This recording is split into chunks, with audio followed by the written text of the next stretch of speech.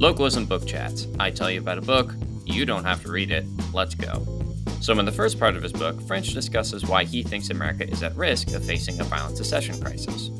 French then puts forward two hypothetical secession scenarios, which he calls Calexit and Texit.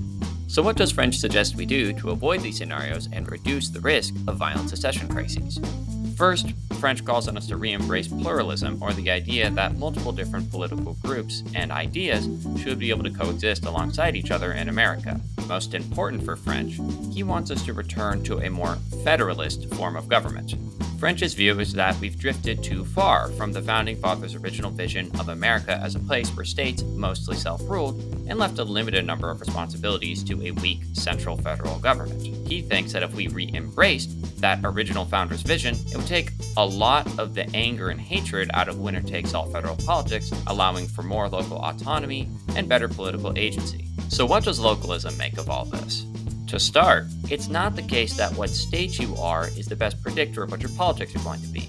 Instead, a far better predictor is the kind of community you live in, rural versus urban. Because of this, we don't really agree with French that secession scenarios would play out in the manner that he depicts them as. Any attempt by any state, Democrat or Republican, to secede would immediately spark massive internal chaos, as whatever political outgroup exists in that state, whether that's urban liberals or rural Republicans, would immediately fight back against this attempt to place them into this new country that they didn't want and that is actively hostile to their politics. French tends to treat states like these political monoliths, instead of acknowledging how the urban-rural divide, which is present in all states, conservative or liberal, would affect things.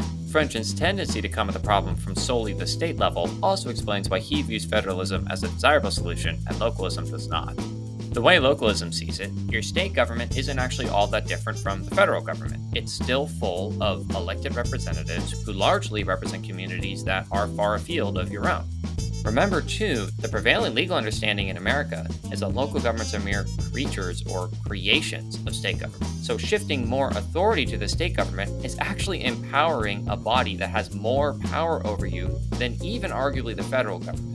Localism says that if we really want to create this pluralistic America, then what we need to do is devolve decision-making and legislative authority down to the local government level, not the state level. This solution is the only way to grant every community maximum self-rule authority and political agency, thus staving off the risks that underlie potential secession issues, while also creating a system under which, in order to pass a law about something important in your own community, you don't have to go through a process that necessarily will screw over those with different politics than yours who happen to live elsewhere in the country or even in your same state.